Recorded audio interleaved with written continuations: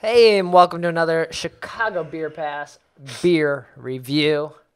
And this video, I was going to say episode, but this video we're doing Clare's Thirsty Ale. Man. Haymarket. Packaged December 28th, 2018. Clare, of course, is sorry, Brad. Is Pete's lady. Yes, Mrs. Crowley. So that's Is boxing, yoga, whatever else she's up to these days, lady. yeah. And this beer has been a flagship of Haymarket for a long time. 12%. There's also, I think, there's like a small Claire's or a. Is that right? Maybe I'm thinking of not Matthias. There's a mini Matthias. There's a mini Matthias. Matthias, yeah.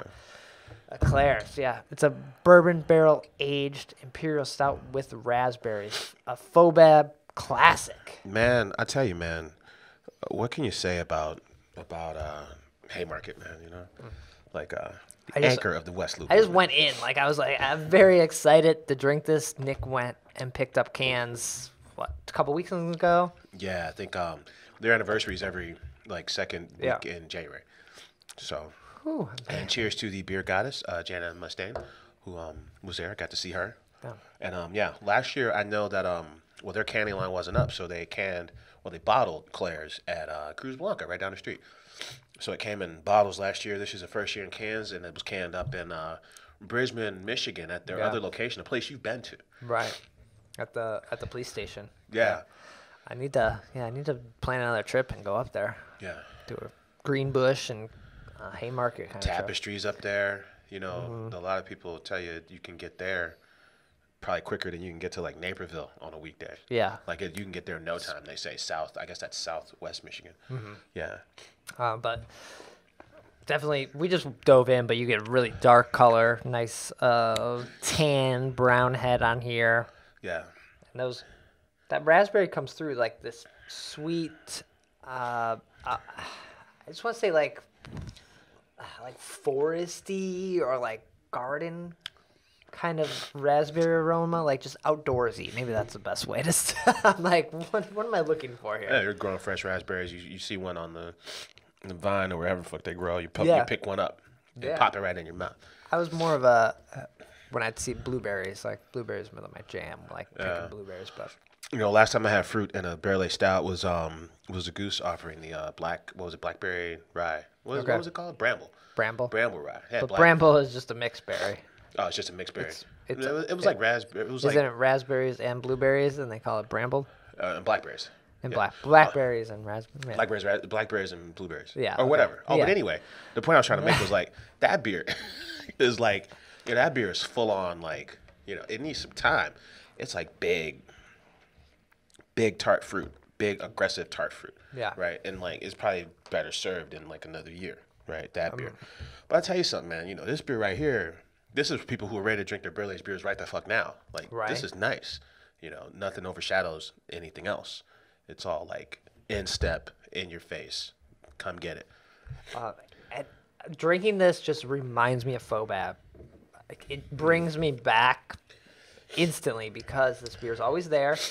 It has won before, right? 2017. Yeah. Silver for specialty stout or porter. Yeah, and it's when you see it, there's not a line for it, but it's always solid. It's always good. I don't know. You can't say enough good things about this beer. Yeah, man. Pete Crowley, the creator of FoBAB, one of the most decorated brewers this town's ever seen. And then, this beer has always been the anchor of that party that they throw every year.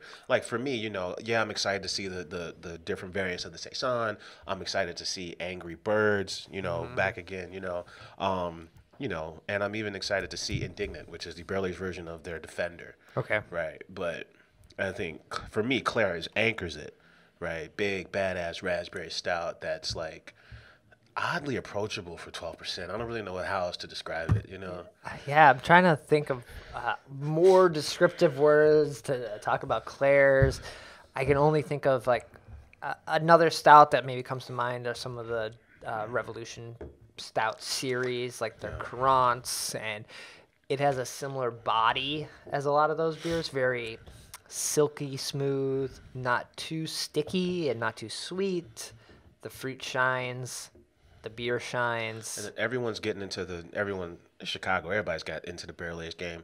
And some of these beers, kind of murky. This is like a clean, gorgeous jet black beer. Like it's good to look at. And I think there's something to be said about that, because some of these beers, man, they look a little dusty, Brad. They're not. Well, isn't that's the benefit about the can, right? Yeah. You probably have. There's got to be like a weird number of like 30% of people just drink them right out.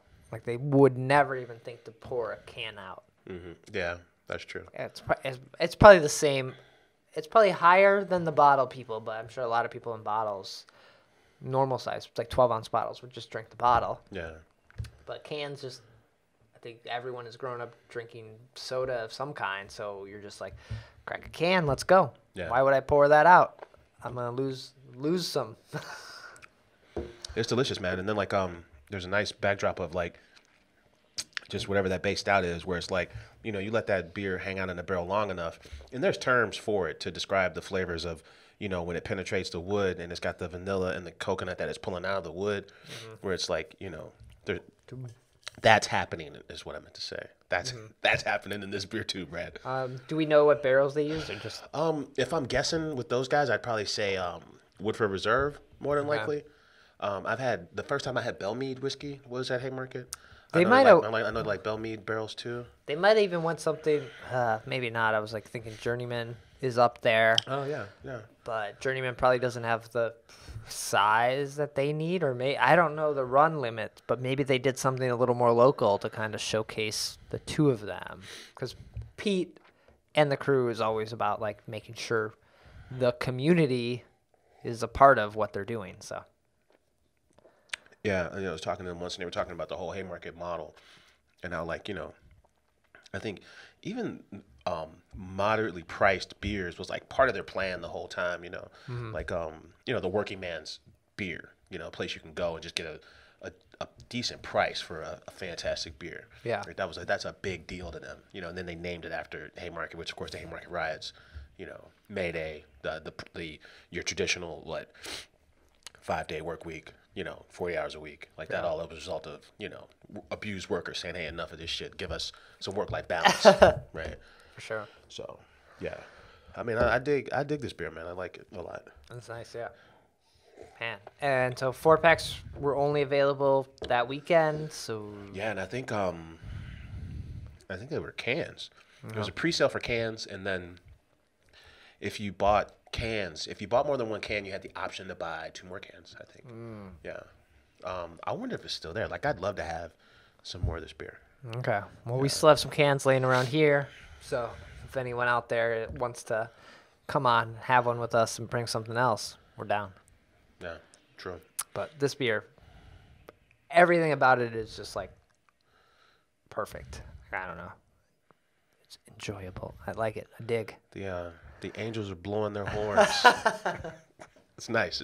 It's a nice beer. And cheers to them, man, because I want to say this is year 8 for them, right? This is probably their 8th anniversary. Sounds, yeah.